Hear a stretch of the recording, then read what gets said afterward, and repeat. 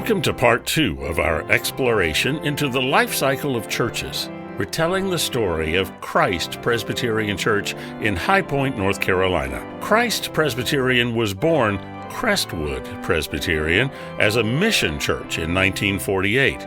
It was chartered in the mid-1950s and finally closed its doors in 2017. In our first episode, we looked at the stages in the life cycle of churches, and we began by examining the characteristics of the birth of Crestwood.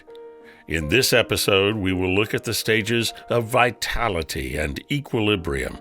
We'll talk with some of the folks who made up the Crestwood and Christ congregation and hear from them some of the ways in which this church, short-lived though it was, set them on their faith journeys and became an integral part of all the stages of their lives.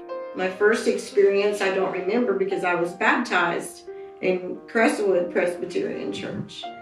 And that was even before the church was located where it is now. And then because we lived right next door to the church when it moved to its permanent location where it was when it closed, I could walk to church. And I had older sisters who would go to church. And so even though my parents weren't really churchgoers, so I guess I became a Presbyterian by geography.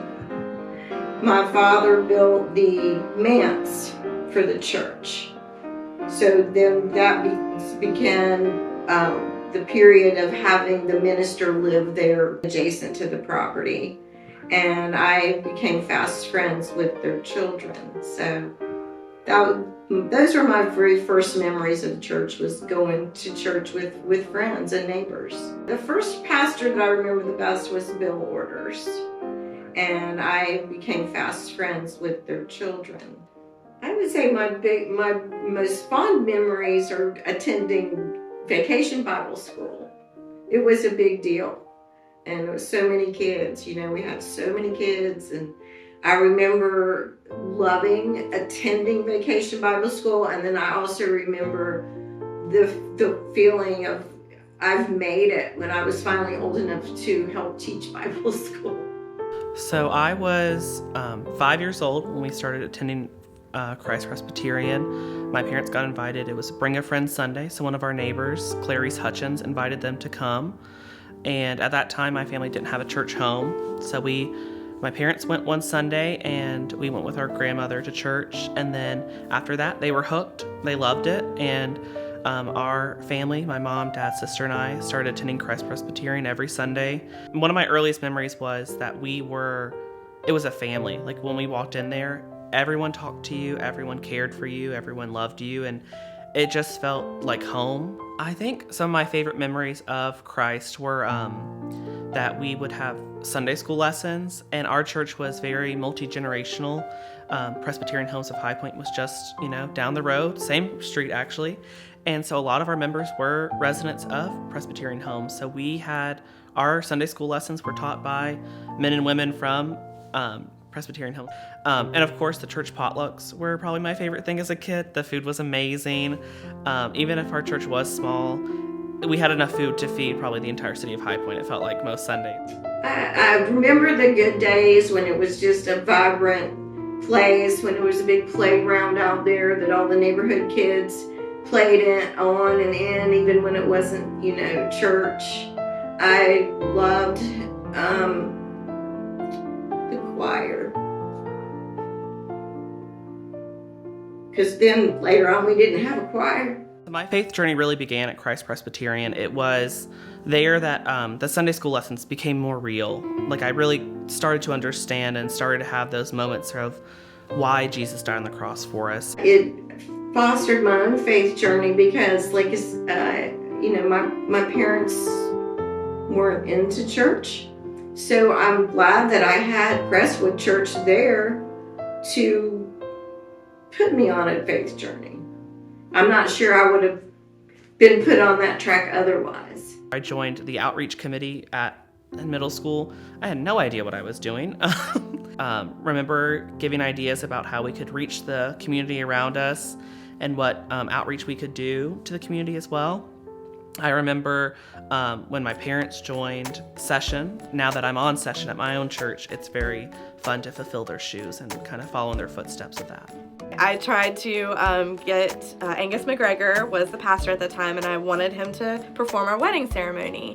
And he's like, yeah, Adrian, I'm sorry, I'm just not going to be there that weekend. Probably maybe a week later, I got a call from Ann Brinson, and she said, yeah, hey, Adrian, I was talking to Angus, and he told me about you're getting married and would need a pastor. And it was not going to be a big wedding, but I think I really overestimated the size of the church in comparison with who I invited, because when you think about it, that Christ Church is a very small church physically. It's actually we invited all the church members. Not all of them were able to come, but there was quite a few. There was people. We had 3 rows of chairs behind the pews, and then we had people standing up in the side aisles, people standing up in the back. I think there was probably some people like leaning in the door from outside. And so everything was perfect, went off without a hitch, and it was one of the best days of my life. It was perfect, like in every way, because like I said, I felt so comfortable there, and I'm really so glad that we decided to get married in the church. The research shows that most churches see the majority of their growth in membership and missions during the first 15 years of their existence. There's something special about those early years when the slate is clean, the future is wide open, traditions have yet to be made, and new ideas abound about how this church will be different from others.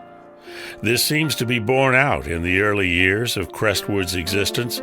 New members joined, children were baptized, a new sanctuary was built, and a youth fellowship building was added shortly after. What seems to have taken place, however, was a much shortened period of equilibrium.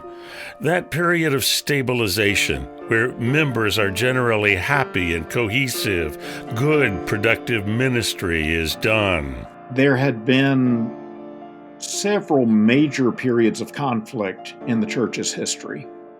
The split which occurred immediately prior to my arrival was, to my recollection, the third split in the history of the congregation.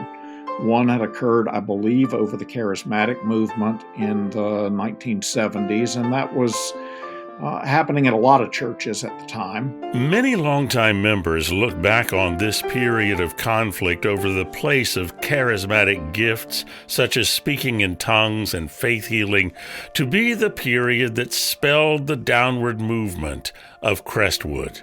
Many people left the church. There were many more who were hurt by the conflict. Went away from church for a really long time, and that church went through a lot of changes.